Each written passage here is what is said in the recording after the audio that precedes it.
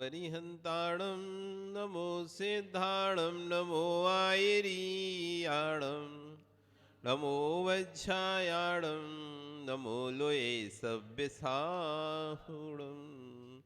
बोलिए अनंतानंद से परमेष्ठी भगवान की, आदिर्ब्रह्म आदिनाथ भगवान की, वर्तमान शासन महावीर भगवान की, आचार्य श्री अक्षर विश्व सागर जी महाराज की, अहिंसा में विश्व धर्म की।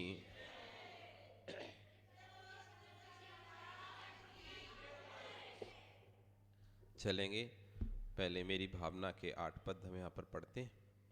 जिसने राग द्वेष कामादिक जीते सब जग जान लिया, सब जीवों को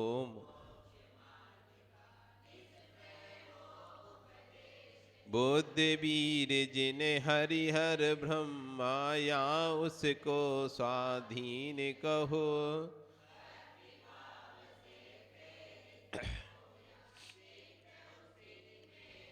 विषयों की आशा नहीं जिनके साम्य भाव धन रखते हैं,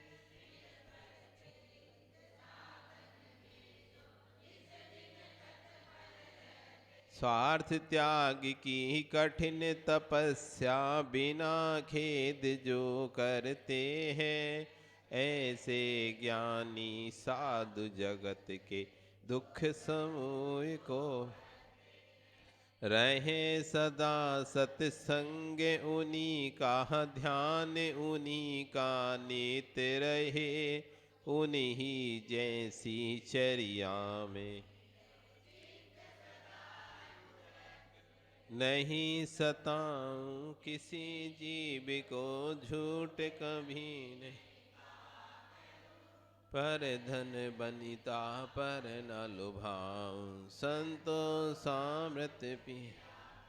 अहंकार का भाव न रखूं नहीं किसी पर क्रोध करूं, देख दूसरों की बढ़ती को कभी न ईर्ष्या भाव धरूं, रहे भावना ऐसी मेरी सरल सत्य भिव्य।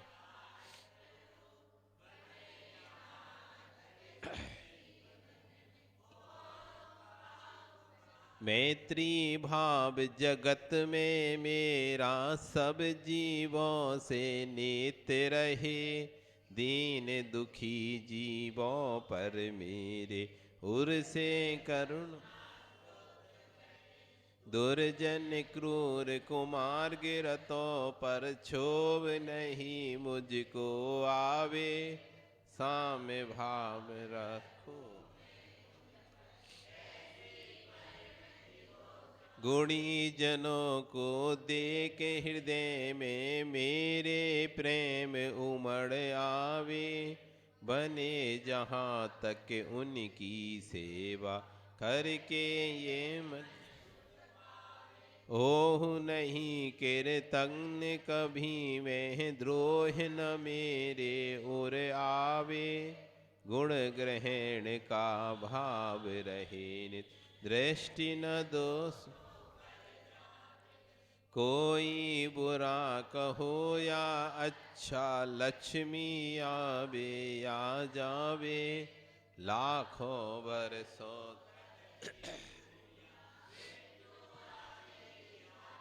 अथवा कोई कैसा भी भय या लालच देने आवे,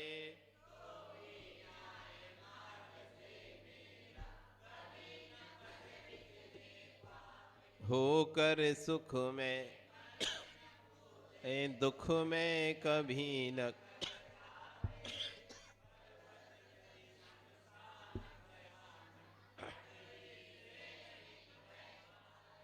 रहे अडोल अकंप निरंतर, यह मन दृढ़तर बन जावे।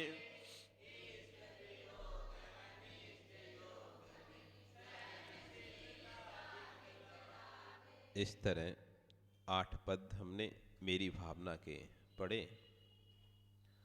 कल हमने समझा था होकर सुख में मगन न फूले, हे भगवान, जब सुख आए तो मैं इतना ना उसमें मगन हो जाऊं कि आपको ही भूल जाऊं।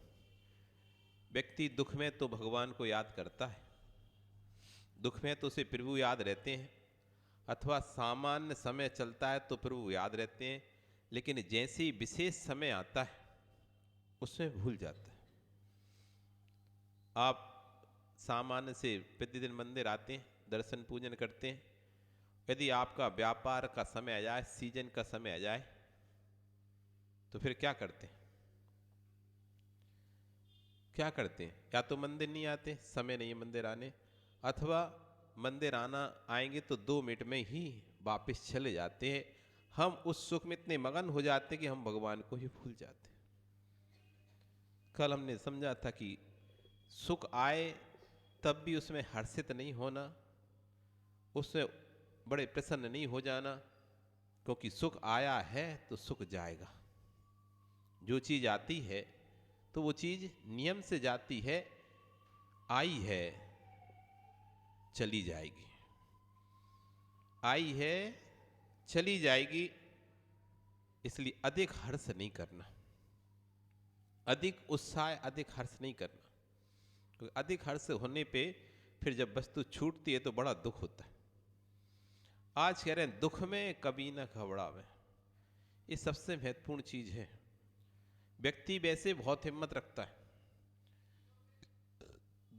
दूसरों को समझाने की उसके अंदर बहुत हिम्मत होती है, साहस बना हिम्मत होती है, लेकिन जब दुख का पहाड़ आता है तो इतना टूट जाता है, इतना टूट जाता है कि उसे ऐसा लगता है कि जीवन ही नष्ट कर लूं मैं। इस दुख से अच्छा कि मैं अपना जीवन नष्ट कर लूं। ये दुख आ गया, अब मेरे परिवार का क्या होगा? घबरा जाता है, मेरे घर का क्या होगा, बच्चों का क्या होगा, पत्नी का क्या होगा, बीवी पति का क्या होगा, ऐसे करके रिश्तेदारों का क्या होगा, माँ का क्या होगा, पिता का क्या होगा, इस तरह से घबरा जाता है। दुख जब किसी के पास आता है उस समय वो उतना होश हवास खो बैठता है, क्या करना चाहिए क्या नहीं करना चाहिए उसको नहीं रहता। रोना रोना रोना, बस रोता है और बार बार हाय हाय हाय, मुझे कैसे ये दुख आ गया, हाय मेरे ऊपर ये दुख आ गया, हाय मेरे ऊपर ये, ऐसे करके तीव्र साता वेदनी कर्म का बंद करता है। जबकि उसको करना क्या चाहिए उस समय? दुख तो आ चुका है, कष्ट तो आ चुका है, संकट तो आ चुका है, अब इस संकट में चाहे मैं घबराऊं या चाहे हिम्मत रखूं, अब मेरे हाथ में है। एक व्यक्ति की हिम्मत रखने से अनेक व्यक्तियों को हिम्मत मिलती है। आप घर में बड़े हैं और कोई घर में ऐसा अनिष्टकारी हो गया जिससे पूरा परिवार दुखी है, सब रो रहे हैं, तो घर के जो मुखिया है उसको हिम्मत रखनी पड़ती है, सबको संभालना पड़ता है, घबराना नहीं पड़ता। यदि मुखिया ही घबरा जाए तो फिर सब लोग घबरा जाते हैं, सब लोग घबरा जाते हैं। तो मुखिया को क्या करना पड़े? दुख में कभी ना घबरावे। दुख आया है, जैसे सुख आया था वैसे दुख आया है। एक बार एक राजा एक महात्मा जी के पास गया, बोला कि मुझे कोई ऐसा मंत्र दो, ऐसा कोई ताबीज दो, ऐसा कोई उपाय बताओ कि जब मैं संकट में फंस जाऊं, कोई रास्ता ना हो मेरे पास, तब मैं उस मंत्र का सहारा लेकर उस संकट से निकल सकूं। महात्मा जी कहा ठीक है, मैं तुमको एक ताबीज देता हूं, तुम जिस दिन ऐसा लगे, जब तुम्हें ऐसा लगे कि अब कोई रास्ता नहीं बचा है, सारे रास्ते बंद हो गए, तब तुम इस ताबीज को खोलना। वो राजा वो ताबीज ले लेता, अपने हाथ में बांध लेता है।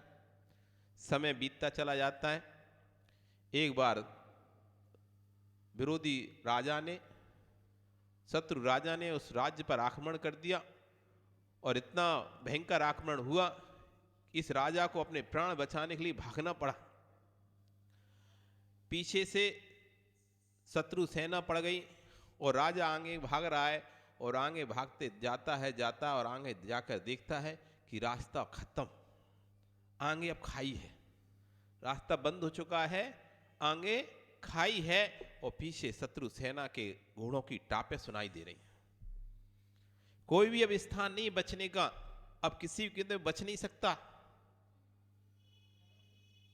घबरा जाता है, अब क्या होगा, अब तो शत्रु मुझे मार डालेंगे, अब तो शत्रु मेरा वध कर देंगे, अथवा बंदी बनाकर मुझे अनेक प्रकार की यातनाएं देंगे। घबरा जाता है।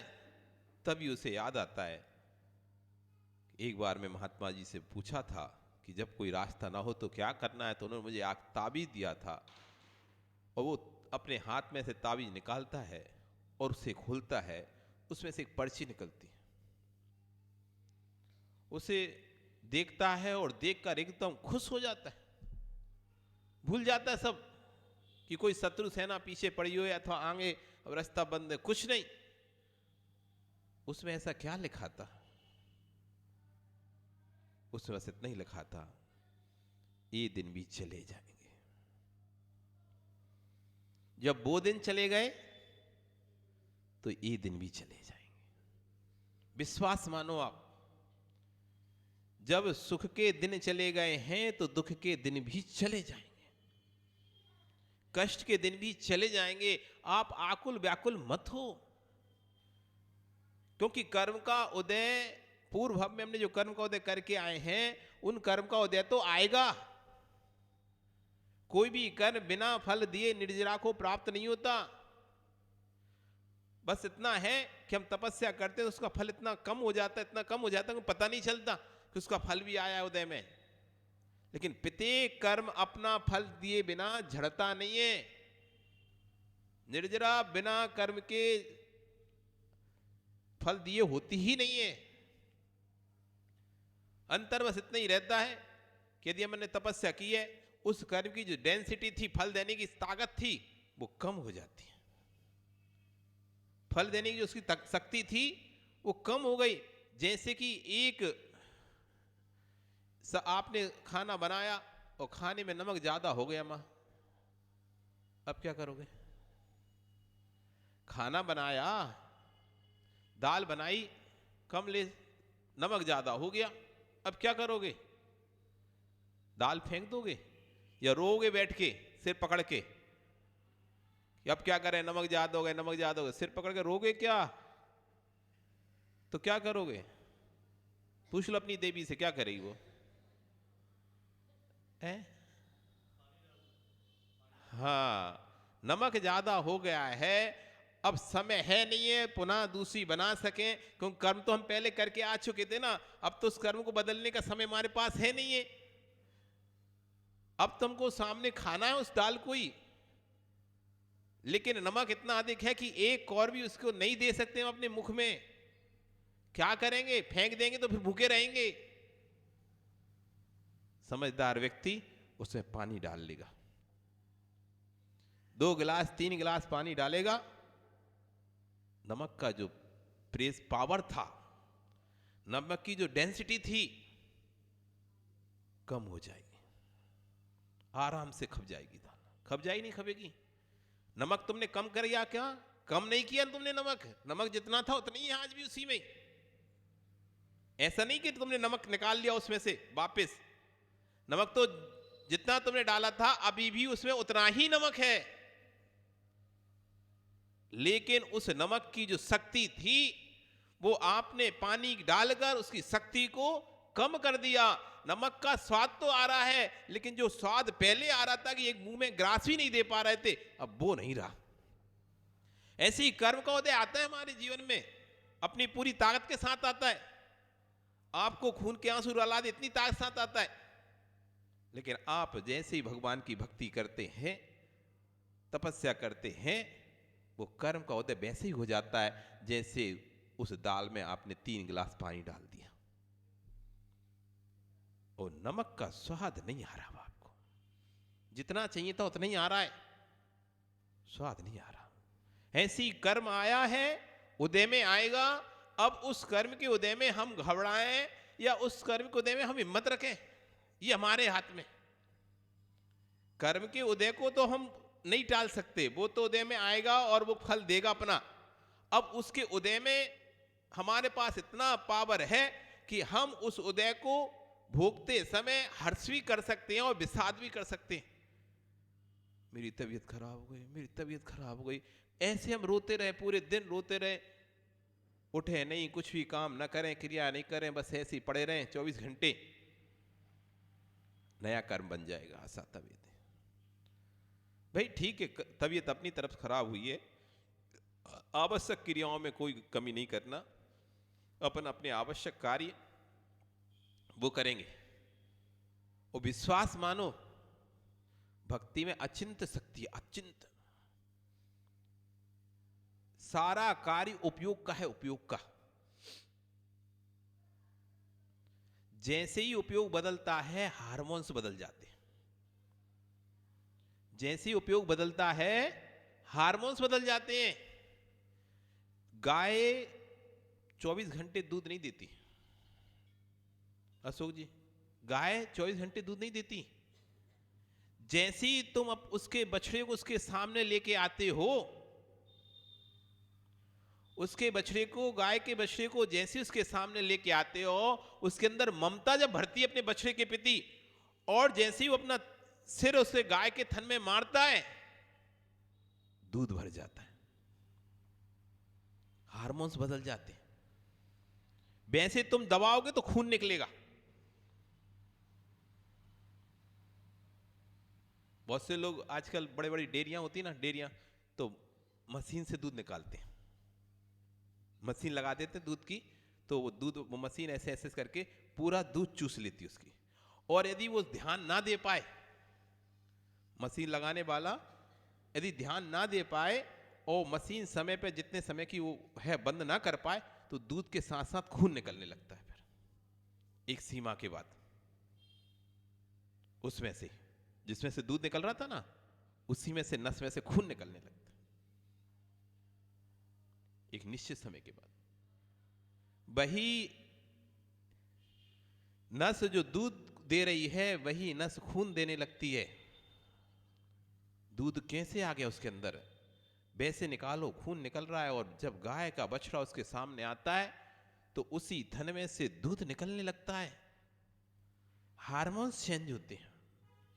जैसे ही हार्मोन्स चेंज होते हैं, ममता जागती है, उस तंत्र में, नाली में, उस जो नाड़ी है, उसमें से दूध का फुब्बारा छूटने लगता है। ऐसी जब हम भगवान की भक्ति करते हैं, जब भगवान की भक्ति करते हैं, गुरु की भक्ति करते हैं, तो हमारे हार्मोन्स चेंज होते हैं।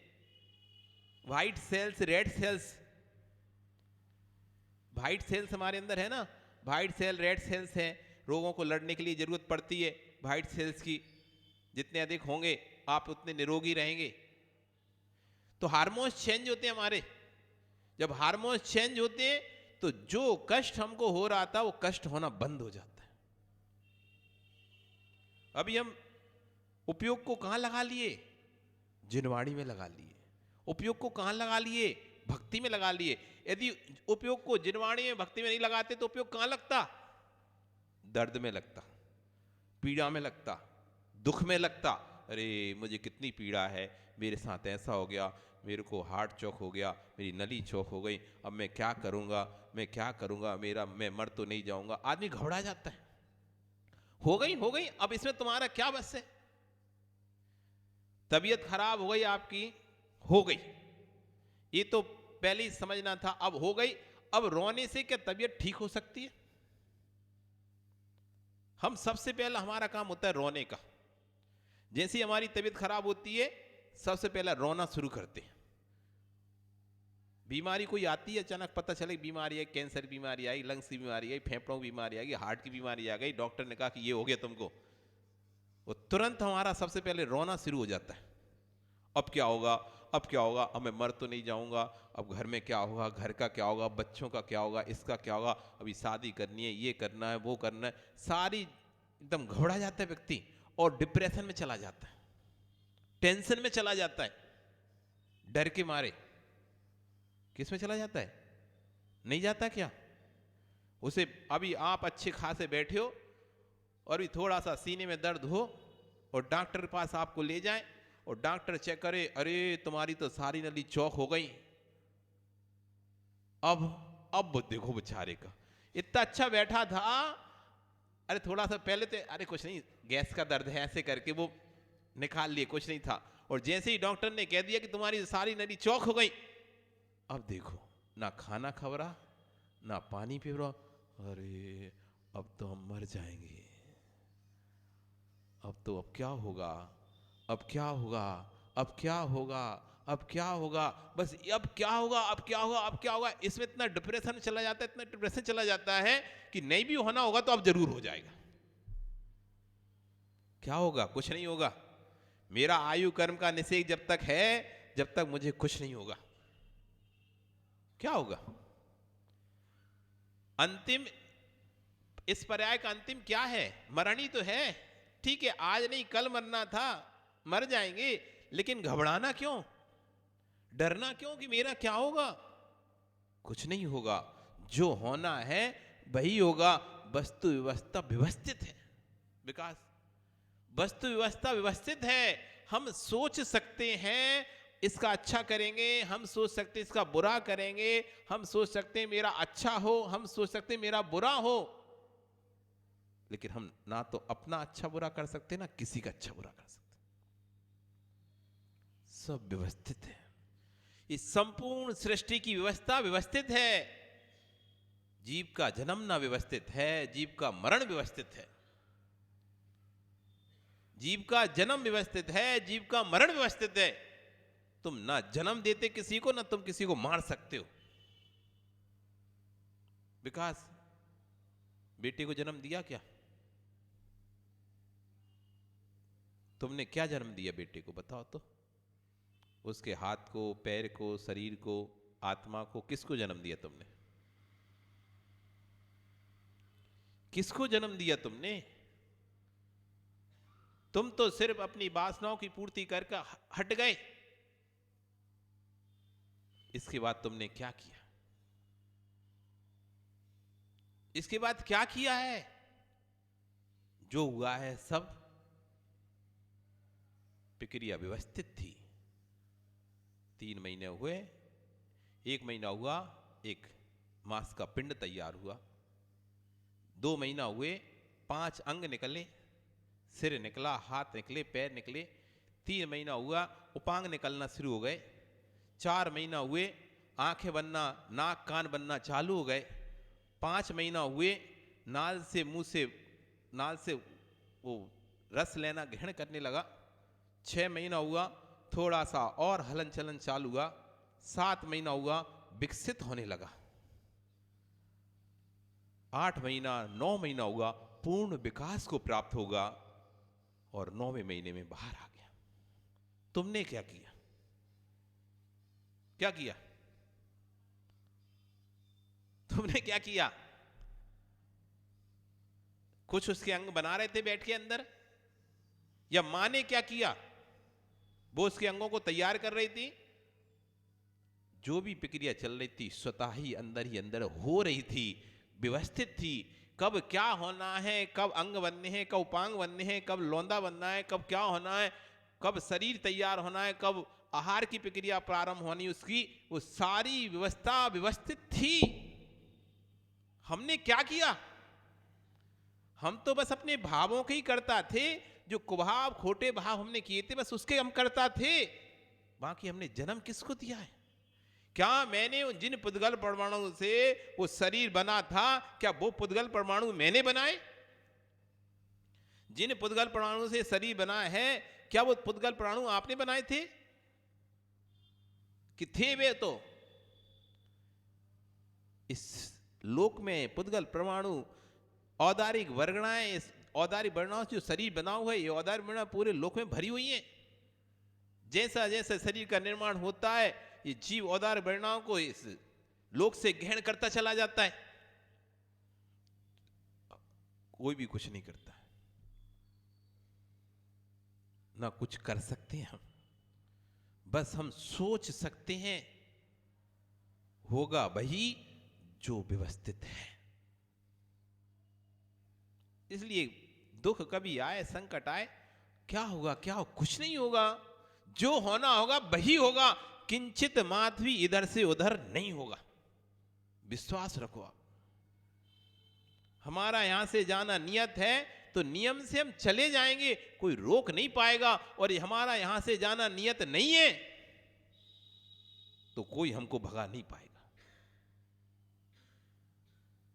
बिल्कुल मानो आप, बिल्कुल अकाट श्रद्धा रखो इस बात पर।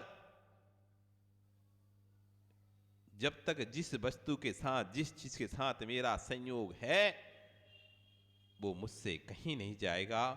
और जब वियोग होगा तो कोई भी हजारों आदमी मिलकर पकड़कर उसको रख ले तो मिला नहीं पाएंगे। रखा रखा पैसा, गड़ा गड़ा पैसा गायब हो जाता है।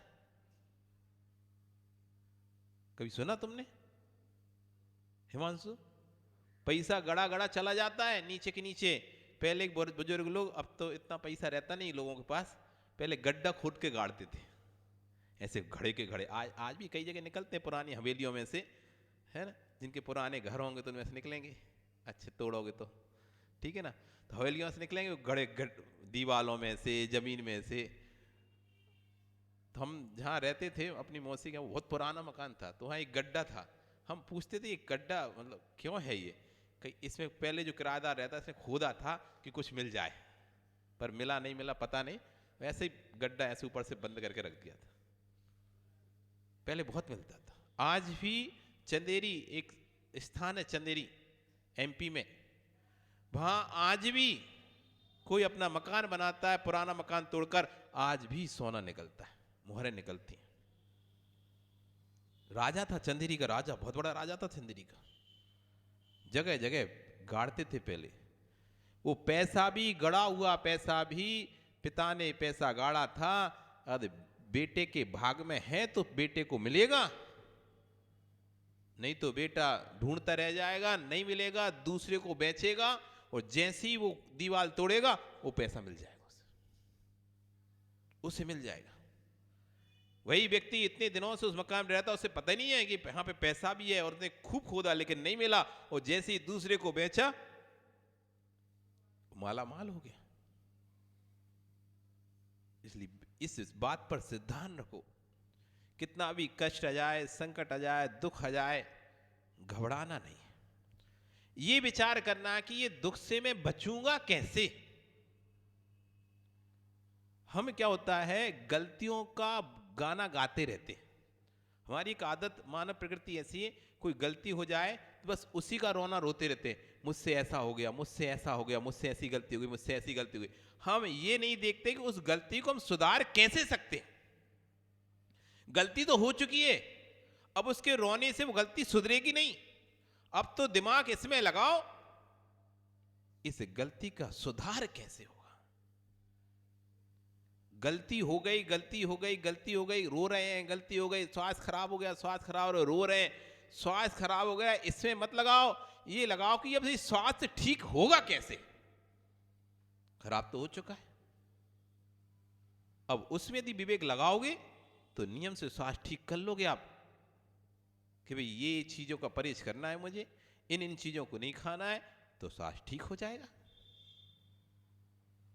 व्यक्ति उसमें विवेक नहीं लगाता और घबरा जाता है दुख आने पर। इसलिए कहते हैं आचार्य ने, अपने ज्ञान को दुख से भावित रखो, जिससे कि जब दुख आए तो ज्ञान बना रहे, ज्ञान गायब ना हो जाए। दूसरों को समझाने की बुद्धि सुख में तो सबके पास रहती, दुख में रहना चाहिए। जब स्वयं के ऊपर दुख आए तो वही बुद्धि स्वयं को समझाने के लिए रहना चाहिए। नहीं, हम सबको तो कहते हैं अरे कोई बात नहीं, डरो नहीं, ये भी चला जाएगा, ये दुख भी चला जाएगा। अब हमारे ऊपर आया है तो लोग कह रहे हैं नहीं नहीं अब, अरे कितना दुख है, कितना दुख है, तो अपने आप को समझाओ, नहीं ये दुख भी चला जाएगा, आया है तो ये भी चला जाएगा। घबराओ नहीं, डरो नहीं, नित्य प्रति बस यही भावना भाना, हे भगवान जितने कर्मों को आना है आ जाने दो। ऐसे मत सोचा करो भगवान से, लोग कहते हैं हमें मिले भगवान, सारी आपत्ति सारी विपत्ति हम पे ही आ रही हैं, और कोई को नहीं, हमको सारे कष्ट संकट, सारी गलती हमारी है, हमें यह गलती के पुतला, जो सब हमारे ऊपर संकट आ रहे हैं। ये भगवान का शुक्रिया अदा करना चाहिए। अच्छा है जब तक मेरी बुद्धि विवेक शरीर काम कर रहा है, जितने कष्ट आने आ जाओ, आ जाओ, अभी मेरा शरीर स्वस्थ है, बुद्धि स्वस्थ है, सामर्थ्य है, जितने कष्ट आएंगे मैं उन कष्टों को झेल लूंगा, फेस कर लूंगा उनको, और उन कष्टों से बच के निकल जाऊंगा। यदि अभी नहीं आए तो ये बाद में आएंगे, जिस समय मेरे पास सामर्थ्य नहीं होगी उस कष्ट को झेलने की, तब तो मैं क्या करूंगा। कर्ज लिया है आपने तो चुकाना पड़ेगा। यदि कर्जदार आता है, वो ज्ञानी व्यक्ति, जो मूर्ख व्यक्ति होता है, जो कर्ज लेने आता है तो रोता है। समझदार व्यक्ति तो कहेगा जल्दी से आओ, तुम अपना लो, कितना तुमने दिया था हिसाब में हिसाब निपटाओ। पागल होते हैं वो लोग।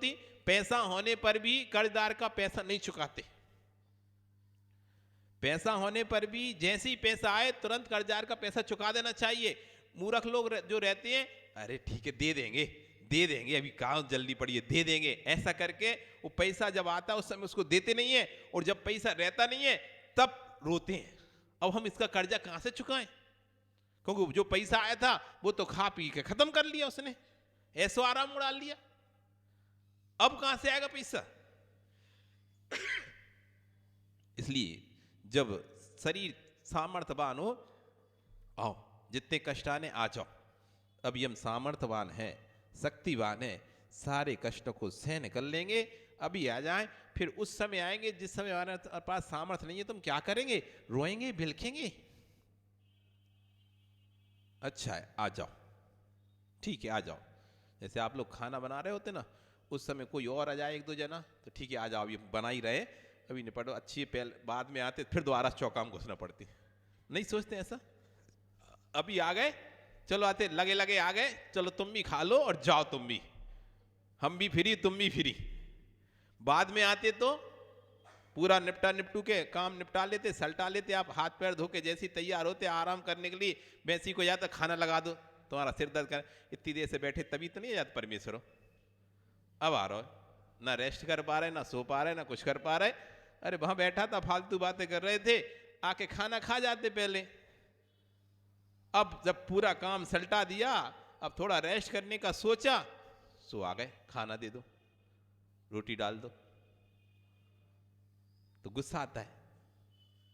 उस समय आ जाए तो बिल्कुल गुस्सा नहीं आता। जब आप काम कर रहे होते और उसी समय कोई आके तुमसे 4 काम और करवा ले, तो आप हंसी हंसी कर देते हो, खुश होकर कर देते हो, ठीक है हम तो कर ही रहे, क्या फर्क पड़ रहा है, 4 और रोटी बना देंगे, एक और खा लेगा उसी समय, चलो। वैसे फिर आ जाए, अब हम नहीं कर रहे, वो हम बंद कर दिया हमने चौका, अभी तो फ्री हुए, अब देखेंगे बाद में, बोल दो उसको, या बाजार से, या तो बाजार में खिला दो उसको, या कुछ कर दो, हम नहीं करने वाले अब,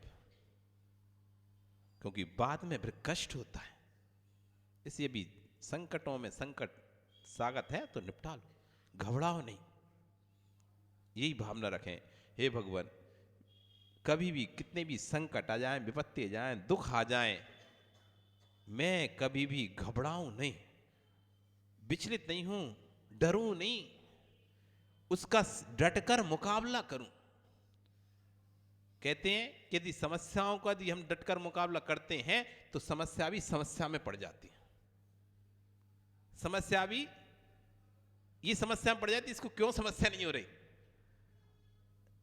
प्रॉब्लम भी प्रॉब्लम में आ जाती है, कष्ट भी कष्ट में आ जाता है, कि ये कष्ट में तो इसको तो हम कष्ट दे रहे थे, इसको तो दुखी होना चाहिए था, ये तो खुशी खुशी उसको स्वीकार कर रहा है, अब हमारा इसको कष्ट देना निरर्थक है, बेकार है।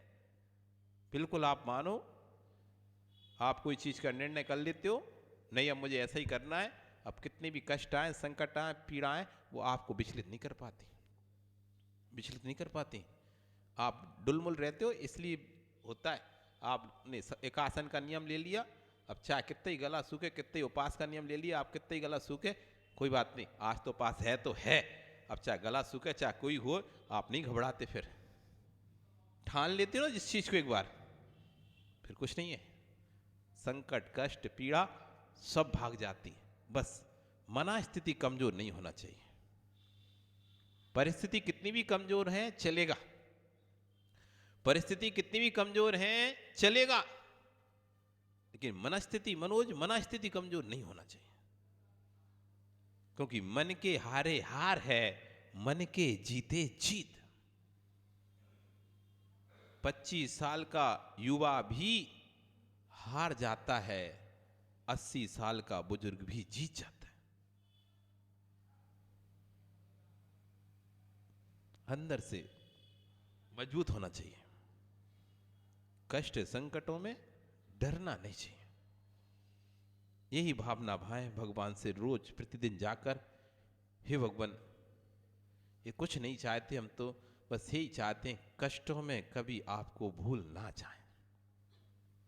दिन रात मेरे स्वामी मैं भावना ये भाऊं, देहांत के समय में तुमको न भूल जाऊं। दुखों में, संकटों में, कष्टों में आपको ना भूल जाऊं, डर से बुद्धि को ना बिसार दूं, ऐसी भावना भाव रोज। कष्ट देखना तुम्हें कष्ट में नहीं डाल पाएंगे। संकट में उन्हीं को डाल पाते हैं संकट जो संकटों से डरता है। कहते हैं ना, डराता किसको है व्यक्ति? डराता किसको है व्यक्ति? आप किसी को ऐसे करते हो तो फिर कुछ नहीं, आप रह जाते हो। और जैसे ही आपने वो किया और वो भी एकदम डर गया, आपको मजा आता है, अगली बार फिर जब वो आएगा तो फिर करोगे, आप बार बार करोगे। जो व्यक्ति जिस चीज से डरता है, दूसरा व्यक्ति उसे उस चीज से डराता रहता है बार बार, और देख लिया कि ये तो डरते नहीं है, तो फिर वो ये रहने दो, वो उसे कोई फर्क नहीं पड़ता, इन चीजों से उसको कोई फर्क नहीं पड़ता, इन चीजों से वो डरता नहीं है। इसलिए संकट, कष्ट, कुछ भी बीमारी आ जाए, डरना नहीं है, अंदर से अपने आप को शक्तिशाली बना लेना। इस बीमारी को तो मैं ऐसे ही दूर कर दूंगा, ये तो भगवान की भक्ति करने से ऐसे ही दूर हो जाएगी, ऐसी आस्था हो जाएगी। तो कई नमकार मंत्र की कौन पढ़ता है अपने घर में? नमकार मंत्र आप लोग पढ़ते ना, आराधना करते हो, भक्तांबर की आराधना करते हो, नमकार की आराधना करते हो, हीलिंग चलती नमकार की बहुत सारी जगह। कई जगह ऐसे उस हीलिंग के प्रभाव दिखाए गए हैं कि डॉक्टर ने मना कर दिया जिस चीज के लिए कि ये केस नहीं है, अब बस ले जाओ घर, लेकिन उसके अंदर श्रद्धा थी, आस्था थी, मंत्र पर, स्तोत्र पर आस्था, श्रद्धा थी।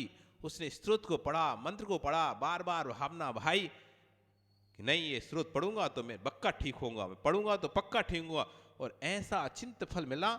चेकअप कराया गया उन व्यक्तियों को, वो ठीक हो गए। डॉक्टर भी आश्चर्यचकित है कि कैसे हो गया चमत्कार, जो चीज संभव ही नहीं थी वो संभव कैसे हो सकती है।